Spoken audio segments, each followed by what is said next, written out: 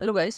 तो आज की वीडियो में हम लोग पदार्थ विज्ञान में कर्म विज्ञानी के बारे में पढ़ने वाले हैं, जिसमें हम लोग जो षड द्रव्य बताए गए हैं, द्रव्य गुण कर्म सामान्य विशेष समान, उसमें से आज कर्म विज्ञानी के विषय में पढ़ रहे हैं, जिसमें हम लोग आज देखने वाले कर्म का परिचय, कर्म के शब्द की व्युत्पत्ति क्या हुई है, कर्म की व्याख्या क्या है, कर्म के प्रकार क्या है, उसका महत्व क्या है आयुर्वेद में, ये सारी चीज़ें आज हम देखने वाले हैं। ठीक है, तो सबसे पहले स्टार्ट करते हैं कर्म के परिचय से। तो कर्म क्या होता है बेसिकली? तो वैशेषिक दर्शन ने भाव पदार्थों में कर्म को तीसरा स्थान दिया है। और कर्म क्या है? कर्म को द्रव्य का सक्रिय रूप कहा जाता है। सक्रिय मतलब जो मेन फंक्शनल रूप होता है, वो कर्म को कहा जाता है। इसी के द्वारा जो द्रव्य के सारे कर्म होते हैं वो निर्धारित होते हैं। ठीक है, अब चरक संहिता के षट पदार्थों में कर्म का षष्टम मतलब छठा स्थान है। ठीक है, तो वैशेषिक दर्शन ने कर्म का तीसरा स्थान दिया है और चरक संहिता ने कर्म का छठा स्थान दिया है। ठीक है, अब देखते हैं कर्म शब्द की व्युत्पत्ति क्या है, मतलब कर्म शब्द आया कहाँ से है। तो जो शब्द कल्पद्रुम डिक्शनरी है, उसके हिसाब से जो कर्म है वो प्रू धातु में मनिन प्रत्यय लगने से कर्म शब्द बना है। ठीक है, प्रू धातु में मनिन प्रत्यय लगने से कर्म शब्द बना है, जिसका अर्थ होता है कृत्य, कार्य या फिर कर्म, मतलब कोई भी कार्य या फिर क्रिया या प्रयत्न को करने को कर्म कहा जाता है। अब इसके लिए आप शब्द की व्युत्पत्ति के लिए ये श्लोक कर सकते हो, ऐसे कुछ इंपॉर्टेंट नहीं है। आप बस अगर ज़्यादातर व्युत्पत्ति में क्या हो सकता है, ज़्यादा से ज़्यादा आपको बस धातु और उसके प्रत्यय लिखने रहते हैं। ठीक है, अब ये छोटा है, इसे याद कर लेंगे तो अच्छा रहेगा। ठीक है, तो वाच्य प्रत्यय के अनुसार क्या है? कर्मणि मनीना, मतलब जो जिसके द्वारा कर्म होता है या फिर कार्य होता है उसी कर्म कहा जाता है। ठीक है, अब कर्म शब्द की निरुक्ति। ठीक है, निरुक्ति मतलब कि कैसे उसके वो कर्म शब्द आया है। ठीक है, हम लोग ने अभी तक कैसे कर्म शब्द बना है वो देखे हैं, अब कर्म शब्द कहाँ से आया, कैसे आया वो देखते हैं। ठीक है, तो यत क्रियते तत्कर्म, यत क्रियते तत्कर्म, यत क्रियते तत्कर्म, जो किया जाता है उसे कर्म कहते हैं। यत मतलब जो, क्रियते मतलब किया जाता है, तत् उसे कर्म कहते हैं। तो यत क्रियते तत्कर्म, ये बहुत सिंपल डेफिनेशन है, इसे याद कर सकते हैं शब्द द्रोम के अनुसार। अब कर्म के लक्षण या फिर व्याख्या देखते हैं, उसके क्या क्या लक्षण या फिर लिंग है, ये सारी चीज देखते हैं। तो तर्क संग्रह के अनुसार देखते हैं तो चलनात्मकम कर्म, तो जो चलन रूपी क्रियाएं होती हैं जिसमें कुछ भी हलचल होती है उनको हम कर्म कहते हैं। तो चलनात्मकम कर्म, हाँ, चलन रूपी क्रिया को हम कर्म कहते हैं। उसके अतिरिक्त वैशेषिक दर्शन के अनुसार जो लक्षण देखते हैं, एक द्रव्यम गुणम संयोग विभागयोर अपेक्ष कारणम इति कर्म लक्षण, तो मतलब एक द्रव्य कर्म के लक्षण में क्या क्या है? एक द्रव्य में होने वाला है, एक द्रव्यम गुणम, एक द्रव्य का वो है, अगुणम है मतलब जिसके पास कोई गुण नहीं है, गुण रहित है वो, तो ये संयोग है, और विभाग में अनपेक्ष कारण होता है ये, मतलब इसकी अपेक्षा उतनी नहीं होती। ठीक है, तो संयोग और विभाग में द्रव्य के ये उतना कारण भी नहीं होता। तो कर्म के लक्षण में सबसे पहले आपका आ गया एक द्रव्यम, अतः एक द्रव्य में होने वाला, अगुणम जो गुण रहित हो, संयोग और विभाग में अनपेक्ष कारण होने वाला। ठीक है, तो ये हो गया आपके कर्म की व्याख्या या फिर लक्षण वैशेषिक दर्शन के अनुसार। इसके बाद देखते हैं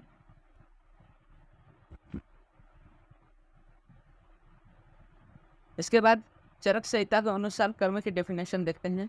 तो संयोगे च विभागे च कारण द्रव्य आश्रितम कर्तव्य से क्रिया कर्म कर्मणा अनंत्य पेचते, मतलब कर्म संयोग और विभाग का कारण होता है। ठीक है, और द्रव्य में आश्रित होता है। तो कर्म संयोग और विभाग का कारण है, और द्रव्य में तो संयोगे च विभागे च मतलब संयोग का विभाग का कारण होता है और द्रव्य में आश्रित होता है। कर्तव्य से क्रिया कर्म ज्ञानद पेक्षते हैं, मतलब कर्तव्य की क्रिया को कर्म कहते हैं, कर्तव्य से क्रिया कर्म है, मतलब कर्तव्य की क्रिया को कर्म कहते हैं। उसी तरह यहाँ पे जो तर्क संग्रह उसने दिया था चलनात्मकम कर्म है, मतलब चलने की क्रिया को कर्म कहते हैं। यहाँ पे उन्होंने भी बताया कर्तव्य से क्रिया कर्म, मतलब कर्तव्य करने की क्रिया को कर्म कहते हैं। और क्या बोला? कर्म अनन्यदपेक्षते, मतलब कर्म को किसी दूसरे कारण की अपेक्षा नहीं होती। कर्म जो होता है वो अपने ऊपर ही निर्धारित रहता है, उसे दूसरों कारणों की अपेक्षा नहीं होती कोई भी कार्य पूर्ण करने के लिए। ठीक है, अब आगे देखते हैं। आचार्य योगीनाथ सेंद्र का मानना ये उतना इम्पोर्टेंट नहीं है।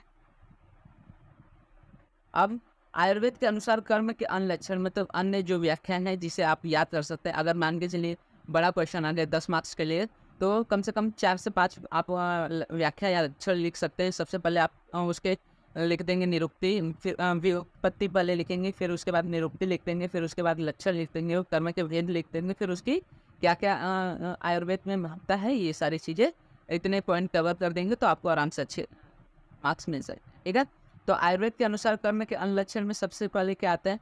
प्रयत्न आदि कर्म चेष्टितम उच्यते, मतलब प्रयत्न आदि द्वारा जो चेष्टा की जाती है उसे कर्म कहते हैं। प्रयत्न, जो भी हम यत्न या प्रयत्न करते हैं, कोई किसी भी प्रकार का हलचल या क्रिया करते हैं जिसमें उसमें जो चेष्टा होती है उसे ही हम कर्म कहते हैं। यत कुर्वन्ति तत्कर्मम, जो कार्य किए जाते हैं उसे ही कर्म कहते हैं। अब ये उतना इम्पोर्टेंट नहीं है, अगर करना चाहे तो कर सकते हैं। प्रवृत्तिस्तु खलु चेष्टा कार्यार्था सर्व क्रिया कर्म यत्न कार्य समारंभ। तो इसमें क्या बोलना है? कार्य करने के लिए जो चेष्टा की जाती है उसे हम प्रवृत्ति कहते हैं, मतलब हमें जो भी हम सोचते हैं उसे हमारी प्रवृत्ति कही जाती है। ठीक है, तो वही क्रिया है जो हम सोचने की कार्य करते हैं। अगर हम सोचेंगे नहीं तो किसी कार्य को कोई भी अंजाम नहीं दे सकते। ठीक है, तो किसी भी कार्य को करने के लिए जो चेष्टा की जाती है उसे प्रवृत्ति कहते हैं, और वही क्रिया है या फिर कर्म है या वही यत्न है, और उसे ही क्या कहते हैं? कर्म का कार्य समारंभ भी कहा जाता है। अब इसके बाद कर्म के भेद देखते हैं या फिर उसके प्रकार। तो तर्क संग्रह के अनुसार देखते हैं तो उत्क्षेपण, अपक्षेपण, आकुंचन, प्रसारण, गमन, पंचेव कर्माणि। तो 5 प्रकार के तर्क संग्रह ने कर्म दिए हैं। सबसे पहले उत्क्षेपण, उत्क्षेपण मतलब ऊपर की दिशा में जाना, अपक्षेपण मतलब नीचे की दिशा में जाना, आकुंचन मतलब किसी चीज़ का कॉन्ट्रैक्शन होना, प्रसारण मतलब एक्सपांसन होना, और गमन मतलब जो भी और एक्शंस होते हैं, मतलब एक जगह से दूसरी जगह जाना, डायरेक्शन वाले एक्शंस, तो वो सारे गमन में आते हैं। ठीक है, तो इस तरह 5 प्रकार दिए गए वैसे तर्क संग्रह के अनुसार। अब उदाहरण में देखते हैं तो गेंद ऊपर की ओर दिशा में फेंकना, तो ये हो गया आपका उत्क्षेपण।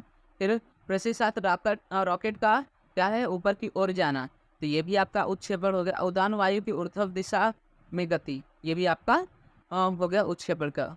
अब अपक्षेपण, अच्छा यहाँ पे और भी आगे दिया था। ठीक है, तो कर्म में ये सारी चीज़ें दी है। उत्क्षेपण में क्या लिखा है? ऊर्ध्व देश संयोग हेतु रूप हेतु रूप उत्प्रेक्षण। तो क्या बोला है? ऊर्ध्व देश के संयोग के कारण को उत्प्रेक्षण कहते हैं। मतलब जो देश है, मतलब ऊर्ध्व की जो दिशा है उस के साथ जो संयोग करता है, मतलब उस दिशा में जाने वाली चीज़ों को या फिर होने वाली गतिविधि कर्म को हम लोग उत्क्षेपण कहते हैं।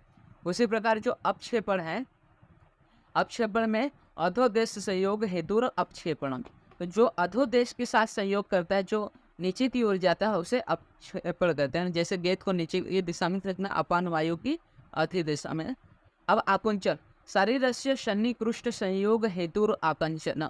आकुंचन, ठीक है, तो शरीर के पास के संयोग के कारण को आकुंचन कहते हैं। मतलब कोई चीज़ शरीर के पास आ रही है या शरीर एक दूसरे के पास हो रहा है तो उसमें आकुंचन देखा जाता है। जैसे हाथ में कागज को कुचलना, तो वो हो गया आपका आकुंचन। हाथ का भी आकुंचन हो रहा है, कागज का भी आकुंचन हो रहा है। दूरस्थ वस्तु को देखने के लिए नेत्र गोलकों का आकुंचन।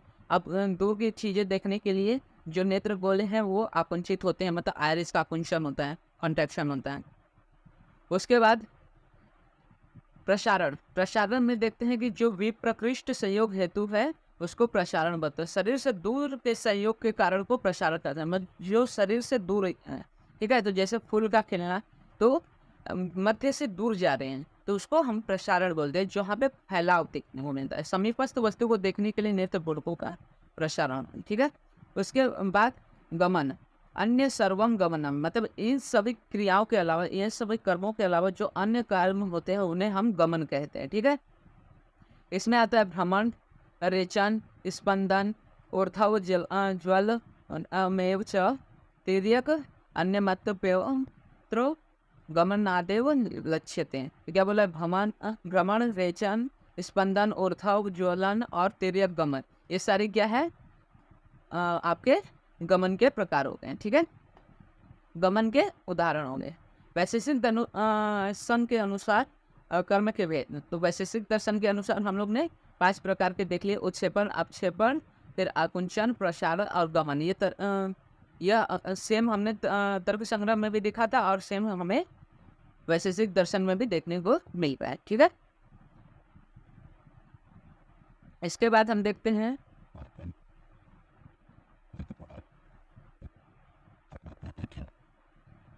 ये सारे एग्जाम्पल दिए गए हैं, जैसे हाथ में मूसल का उत्क्षेपण। तो हाथ में मूसल का उत्क्षेपण, तो हम लोग क्या करते हैं, हाथ में मूसल को पुटने के लिए ऐसे करते, तो मूसल को ऊपर ले जाते हैं, ठीक है। तो सबसे पहले इसमें कैसे कार्य होता है तो उसका बताया गया है। तो सबसे पहले आत्मा के संयोग और प्रयत्न से हाथ में कर्म निर्माण होता है। जब आत्मा और प्रयत्न प्रयत्न आपका चेतस द्वारा मतलब मन द्वारा होता है, तो आत्मा और जब चेतस का एक दूसरे के साथ सहयोग होता है तो कर्म निर्माण होता है। और कर्म युक्त हाथ के सहयोग से मूसल में कर्म निर्माण। अब जब हाथ में कर्म हुआ तो उससे दूसरे में कर्म निर्माण होता है। जैसे हाथ से मूसल का उत्क्षेपण, तो आत्मा से इच्छा होती है, आत्मा में इच्छा होती है तो वो हाथ क्या होता है, उसमें उत्क्षेपण आता है, हाथ में चेष्टा ऊपर की ओर जाती है, तो उसी के कारण मूसल में भी क्रिया होता है उत्क्षेपण की, ठीक है।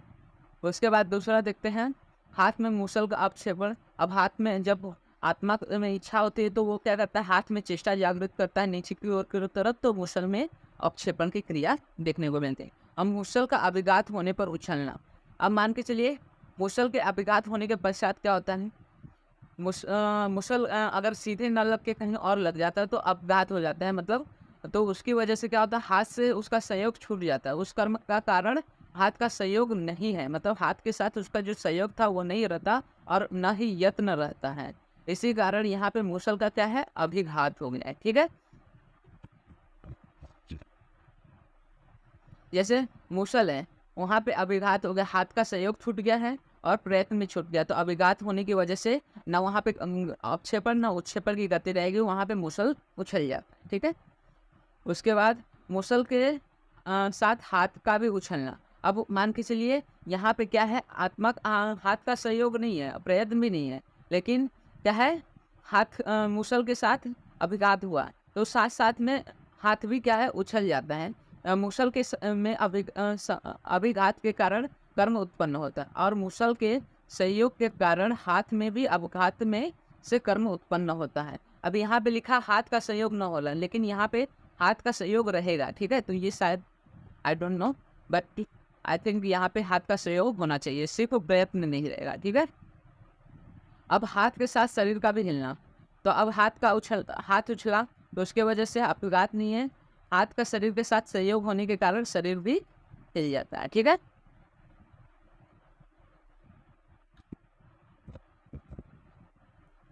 अब न्याय दर्शन के अनुसार हम लोग ने अभी तक तर्क दर्शन और अपने वैशेषिक दर्शन के हिसाब से देखे हुए करने के प्रकार जो थे आपका उत्क्षेपण, अपक्षेपण, उन्मेष, उत्क्षेपण, अपक्षेपण, उसके बाद ऊपर की क्रिया, नीचे की ओर तिर्यक गति मतलब गमन हो गया, आकुंचन हो गया, प्रसारण हो गया, इस तरह से 5 गति हम लोग ने देखी, ठीक है।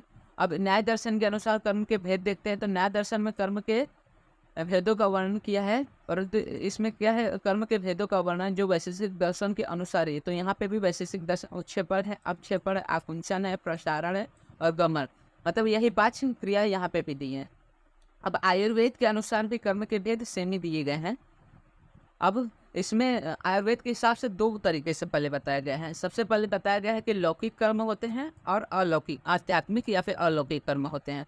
तो लौकिक कर्म में क्या होता है, जो शरीर की चेष्टा होती है उसके हिसाब से कर्म होते हैं, जैसे उत्क्षेपण आदि। उत्क्षेपण में मतलब आपका ऊपर ले जाना, नीचे ले जाना, आगे जाना, पीछे जाना, आकुंचन होना, प्रसारण होना, ये सारे क्या हो गए, अलौकिक कर्म हो गए। लेकिन आध्यात्मिक कर्म में के द्वारा परमात्मा का साक्षात्कार होता है। ये कर्म परमात्मा का बोध कराते हैं, मतलब मन में जो जीवात्मा और परमात्मा का संबंध स्थापित करते हैं, मतलब एक दूसरे से कनेक्ट करते हैं, वो आपका आध्यात्मिक कर्म हो गया। अब त्रिविध उपक्रम हो गया, मतलब ये तो कर्म थे, उनके उपक्रम में आते हैं संतर्पण और अपतर्पण। तो संतर्पण और अपतर्पण, उसके बाद द्विविध कर्म जो चरक विमान स्थान में बताया गया उसमें आता है देव कर्म और परुष कर्म। मतलब जो देव देव मतलब अलौकिक कर्म होते हैं और जो परुष मतलब लौकिक कर्म होते हैं। तो पुनर्जन्म में स्वयं किया गया कर्म देव कर्म होता है। देव कर्म मतलब जो पिछले जन्म में किया गया, और इस जन्म का जो कर्म होता है उसे परुष्कार कहा जाता है। तो हम लोग ने देखा अभी तक कि न्याय दर्शन के अनुसार भी सेम थे। उसके अलावा जो आयुर्वेद में अलग अलग जो रेफरेंस है उसके हिसाब से सबसे पहले देखा द्विविध कर्म में लौकिक और आध्यात्मिक कर्म है। उसके बाद चरक सूत्र स्थान के हिसाब से द्विविध उपक्रम होता है, संतर्पण और अपतर्पण। ये तो शरीर में होने वाली क्रिया के अनुसार होता है। उसके बाद चरक विमान स्थान के हिसाब से जो दो कर्म होते हैं, एक दैव कर्म होता है, एक पुरुष कर्म होता है। जो पुरुष कर्म होता है वो इस जन्म के कर्म को कहा जाता है, और जो देव कर्म होता है वो पिछले जन्म के कर्म को कहा जाता है।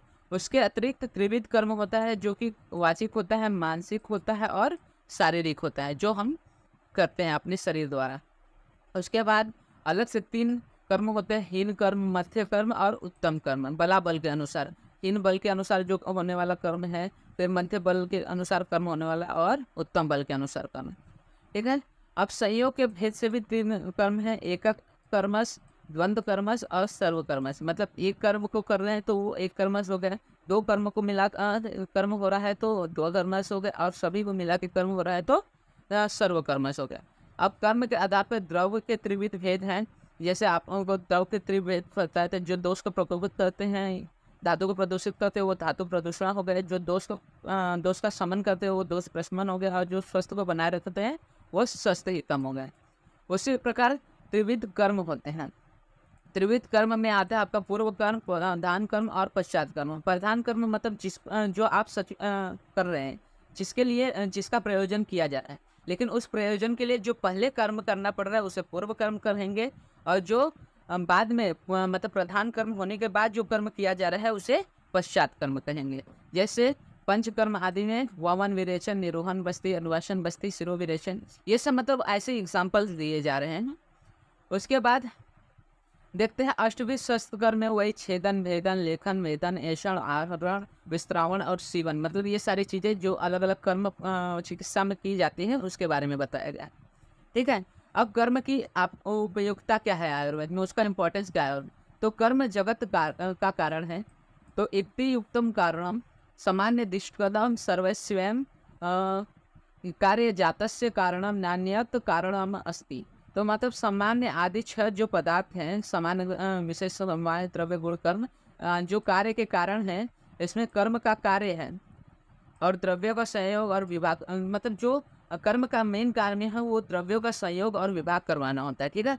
अब कर्म की धातु सम्यता में कारणता, तो धातु साम्य रखने में कर्म के क्या उपयोगिता होता है। तो अगर हम धातु साम्य रखना है तो उसमें हम क्या कर सकते हैं, आतुर अवस्था में सद्रुत आदि कर्मों का पालन करके धातु साम्य को प्रस्थापित कर सकते हैं। और यदि आतुर अवस्था नहीं, निरोगी अवस्था है, तो भी हम स्वस्थ वृत्त का पालन करके अपने आरोग्य को बनाए रख सकते हैं। अब कर्म की रोगों में कारणता, अब से रोग कैसे होते हैं। तो अगर हम जो स्वस्थ वृत्त या फिर जो जीवन मात्र में होने वाले अच्छे कर्म नहीं करेंगे, धर्म का पालन नहीं करेंगे, तो उससे जो विकार उत्पन्न होते हैं तो वो कर्म में उन कर्मों की वजह से रोग उत्पन्न होते हैं। तो इस प्रकार से कर्म की वजह से रोगों में कारणता उत्पन्न होते हैं।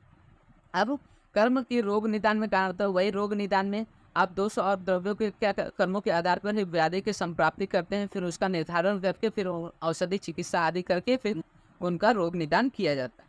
फिर कर्म के द्रव्यों में वर्गीकरण के आधार रूप में कारणता, तो ये क्या है, बस अलग अलग तरीके से बताया गया कि किस किस प्रकार से कर्म किया जाता है। कर्म मतलब होता क्या है, तो किसी भी प्रकार की चेष्टा होना या फिर किसी भी प्रकार का चलनात्मक क्रिया या फिर घटनात्मक क्रियाएं क्या होती है, आपके कर्म कहलाती है।